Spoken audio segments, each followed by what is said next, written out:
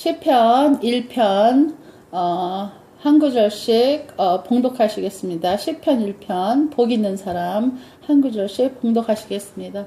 복 있는 사람은 악인의 길을 쫓지 아니하며 죄인의 길에 서지 아니하며 오만한 자의 자리에 앉지 아니하고 오직 여호와의 율법을 즐거워하며 그 율법을 주야로 묵상하는 자로다.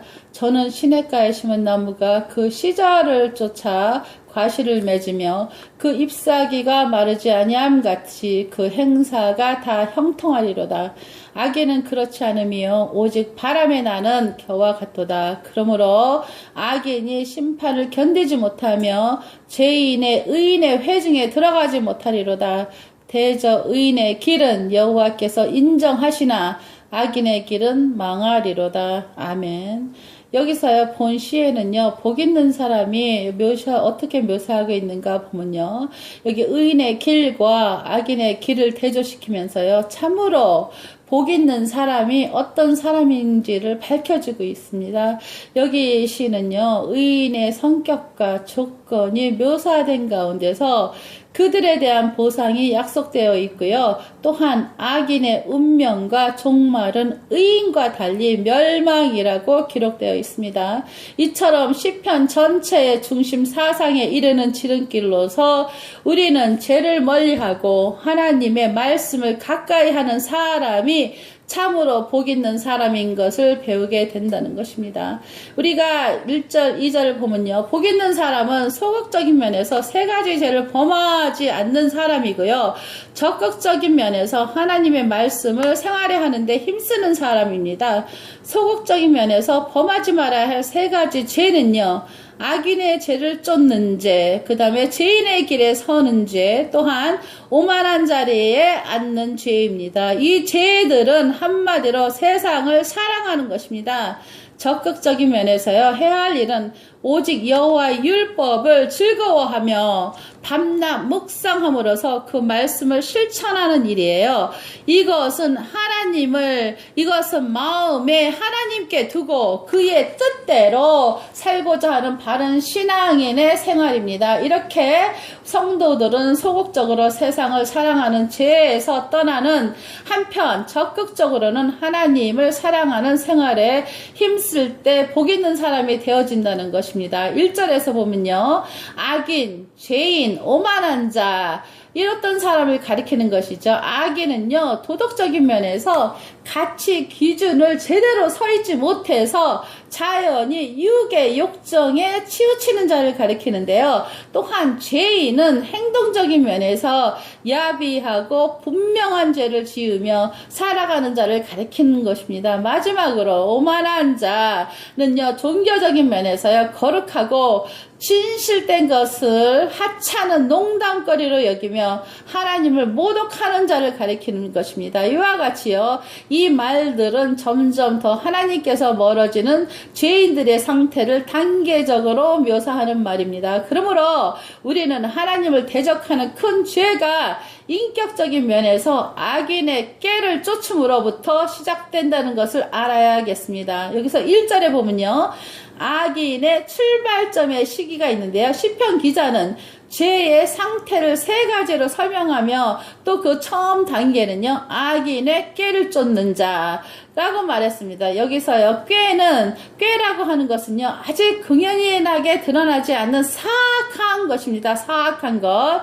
우리의 모든 죄악은 바로 이와 같은 사악한 마음의 상태로부터 비롯된다는 것입니다. 그러므로 우리는요, 항상 마음을 지켜서 하나님을 떠난 악인의 사상이나 교훈에 유혹되어서 따르지 않도록 해야 합니다. 1절에서 보면요, 범죄의 두 번째 단계가 있는데요. 범죄의 두 번째 단계는 죄인의 길에 서는 것입니다. 죄인의 길에 선다는 것은요, 죄를 짓는 사람들과 사귀는 것들을 말합니다. 그러므로 성도들은 죄인들과 사귀지 말아야 하고요. 이 말은 사업이나 어떤 공적인 일에 있어서까지도 그들과 단절해야 된다는 의미입니다. 다만 악인들과 공존해야 하는 세상의 삶에는 죄인의 길과 같은 유혹이 많음을 알고 성도들 성도들은 자기가 서 있는 곳이 어디인가를 살펴서 항상 죄인의 길에서 떠나도록 힘써야 하겠습니다. 1절에서요. 오만한 자의 자리에 앉는다라는 것은요. 오만한 자의 자리는요. 죄악의 정상을 의미합니다. 이러한 자리에 앉는다라는 것은요. 아주 절망적이고 고집의 단계를 암시하는데요. 즉 죄악스러운 생활 습관이 완고함으로 굳어져 버린 상태를 가리키고요. 그러므로 우리는 우리의 죄악된 생활 습관이 무엇인가를 찾아 고침으로써 그러한 습관이 굳어져 버리지 않도록 해야 할 것입니다. 2절에서 여호와의 율법이 나오는데 여호와의 율법이라 시편 기자가 말하는 율법은요. 모세 오경의 율법만을 의미하는 것이 아니라요. 성경 전체를 의미합니다. 왜냐하면 성경 전체는 율법에 대한 하나님의 해설이라고 볼 수 있기 때문이고요. 그러므로 본문에서 복 있는 사람은 성경 전체를 주야로 묵상하는 자임을 알 수 있고 이와 같이 우리도요. 성경의 한 부분의 연구에만 치우치지 말고 모든 말씀을 영적 양식으로 섭취해야 한다는 것이에요. 2절에서 보면 여호와의 율법을 즐거워한다라는 말은요. 성도가 율법 곧 하나님의 말씀을 즐거워한다는 것은 하나님을 내면적으로 깊이 사모하며 사랑하고 있음을 의미하고요. 이렇게 하나님을 깊이 사랑할 때 성도는 그의 말씀을 늘 가까이 대할 수 있으며 그것을 대하는 시간이 즐거워질 수 있다는 것입니다. 예수께서도 너희가 나를 사랑하면 나의 계명을 지키라 라고 말씀하셨습니다. 그게 요한복음 14장 15절에 나옵니다. 오늘날 하나님을 사랑한다고 교회 일에 분주하면서 성경 말씀을 소홀히 하는 사람들이 많은데요. 그것은 사실상 하나님을 사랑하지 않고 있다는 뜻입니다. 우리가 2절에서 보면 복 있는 사람은 율법을 언제 묵상하는가 보면요. 복 있는 사람은 여호와의 율법을 주야로 묵상하고요. 왜냐하면 하나님의 말씀이 단순히 낮에만 어떻게 행해야 할 것을 가르쳐주는 규칙이 아니라요. 밤낮 잘 때에도 우리의 마음을 주장하는 인격적인 진리이기 때문이고요. 그러므로 우리는 하나님 말씀을 단순한 지식이 아닌 인격적인 요소, 지, 정, 의가 구비된 진리로서 받아들이고 우리의 온 마음을 말씀이 다스리도록 맡겨드려야 한다는 것입니다. 3절에서 보면 복 있는 사람의 복은 어떻게 묘사하고 있죠? 시편의 기자는 복을 설명하기 위해서 복 있는 사람을 시냇가에 심은 나무로 비유했습니다. 사실 나무가 자라는 데는요. 무엇보다 필수적인 필요한 것은요. 수분으로 시냇가에 심은 나무는 어떠한 일기의 변화에도 상관이 없이 잘 자랍니다. 성도들에게 있어서도요. 생명의 근원이신 하나님의 성령이 함께 하실 때 영원토록 부족이 없는 풍성한 삶이 약속되어진다는 것입니다. 3절에서 보면 그 행사가 다 형통하리다 라는 말은 이 말은 하나님의 율법을 순종하는 자는 그가 하는 모든 일에 있어서 성공하게 될 것을 가리킵니다. 아멘. 이것은 결코 성도가 그의 생활에 있어서 실수나 실패가 전혀 없을 것이라는 것을 말하는 것이 아니고요. 다만 시냇가에 심은 나무가 가뭄을 겪기도 하지만 항상 물 근원과 연결되어 있기 때문에 결코 마르지 아니함 같이 실패와 환난 속에서도 성도는 하나님과 연결이 되어 있기에 궁극적으로는 모든 일이 협력하여 선을 이룬다는 뜻입니다. 그게 로마서 8장 28절에 나옵니다. 우리는 이러한 사실을 기억하면서 아무리 심한 환난 가운데 있을지라도 하나님 말씀을 묵상하며 힘을 얻어야 한다는 것입니다. 4절에서요. 악인의 겨와 같다는 것이 있는데요. 겨는 성경에서 약하고 무가치한 것을 상징하는데 사용되었고요.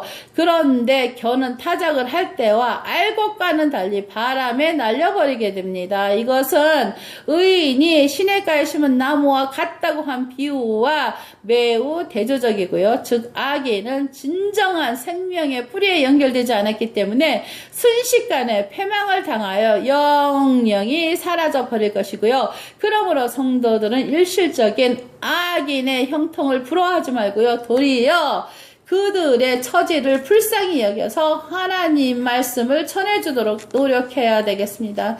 5절에서 보면요, 악인이 심판때에 당할 처지는 어떠했지요?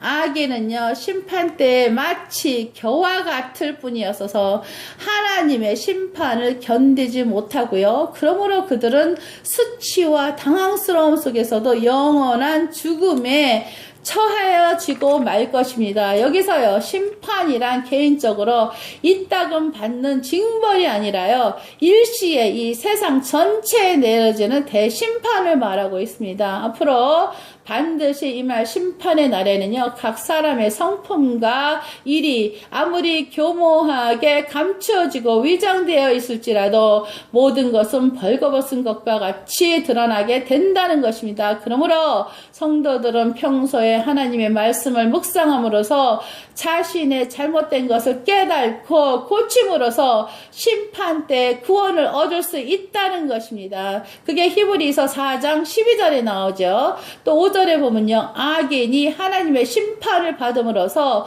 들어가지 못하는 곳이 있는데요, 악인은 심판을 받음으로써 영영이 의인의 회중에 들어가지 못하게 됩니다. 여기서요, 의인의 회중은 구원받는 성도들의 모임, 곧 하늘나라를 의미하는데요, 그곳에는 성도들 이외에 어떤 누구도 참여하지 못하게 사악한 자나 성별되지 않는 모든 자는요, 의인의 회중에 참여할 수 없다는 것입니다. 그래서 심판의 날은 분리의 날이라고 불리우고요. 왜냐하면 하나님께서 그날에 양과 염소, 가라지와 곡식을 분리하실 것이기 때문입니다.